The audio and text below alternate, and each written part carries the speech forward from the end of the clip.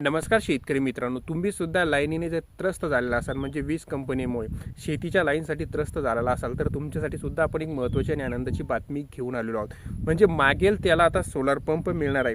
793 कोटीची जी तरतूद आहे त्या निधीला आता मंजुरी सुद्धा देण्यात आलेली आहे। तर शेतकरी बांधवांनो, काही संपूर्ण माहिती आता आपण या व्हिडिओच्या माध्यमातून समजून घेऊया। तत्पूर्वी तुम्ही जर आपल्या चॅनलवर नवीन आला असाल तर चॅनलला एक लाईक, शेअर आणि सबस्क्राईब करायला विसरू नका। चला तर आता आपण आपल्या व्हिडिओला सुरुवात करूया। तर शेतकरी बांधवांनो, मागेल त्याला सोलार कृषी पंप योजनेअंतर्गत राज्य सरकारने सरकारच्या हिस्स्यापोटी 793.39 कोटी रुपये इतका निधी महावितरणास कंपनीस वितरित करण्यास शासनाने मंजुरी सुद्धा दिलेली आहे। जर आपण बघितलं तर सन 2026-27 मध्ये या आर्थिक वर्षासाठी मंजूर अर्थसंकल्पीय तरतुदीमध्ये हा निधी दिला जात आहे। यामध्ये जर बघितलं आपण तर शासन निर्णय ऊर्जा विभागाने हा निधी जारी केलेला आहे।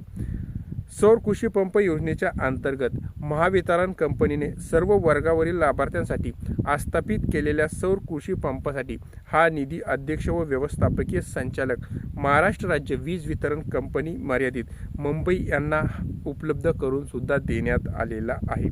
शेतकऱ्यांना दिवसा विश्वासार्ह व अखंडित वीज पुरवठा करण्यासाठी या योजनेचा उद्देश असलेला आहे। त्यासाठी पारेषण विरहित आणि सौर कृषी पंपाचे वितरण 5 वर्षाच्या कालावधीत 5 लाख पंप महावितरण कंपनीद्वारे आस्थापित करणे, तसेच कृषी वितरण प्रणाली बळकटीकरण आणि क्षमतेत वाढ करणे व कृषी वितरण प्रणालीचे सौर ऊर्जाकरण केले जात आहे। सदर योजनेसाठी एकूण जर आपण रकमेच्या अंदाजे 60% रक्कम बाजार कर्ज स्वरूपात एशियन इन्फॉर्मेटर इन्व्हेस्टमेंट बँक AMB द्वारे प्रचलित बाजारदाराने घेऊन महावितरण कंपनीला उपलब्ध करून सुद्धा शासनाने दिलेले आहे। जर आपण बघितलं या योजनेअंतर्गत 4817.97 कोटी इतका निधी 2024 ते 28 या आर्थिक वर्षात मंजूर सुद्धा करण्यात आलेले आहे आणि महावितरण कंपनीस दिला सुद्धा जात आहे।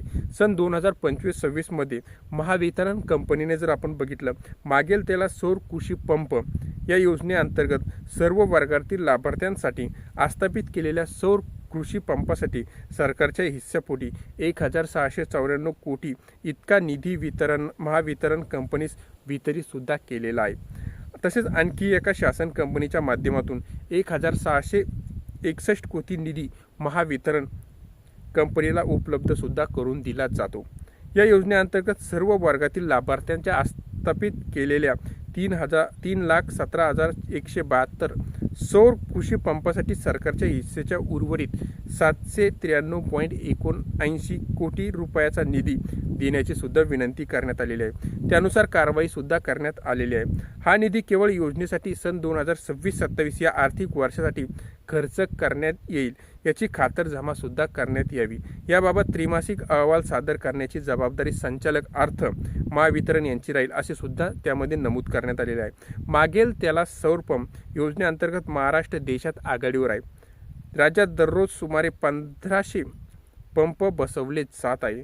या योजनेअंतर्गत सुमारे 40 लाख एकर क्षेत्र ओलिताखाली सुद्धा आले आहे अशी माहिती मुख्यमंत्री देवेंद्र फडणवीस यांनी दिलेली आहे।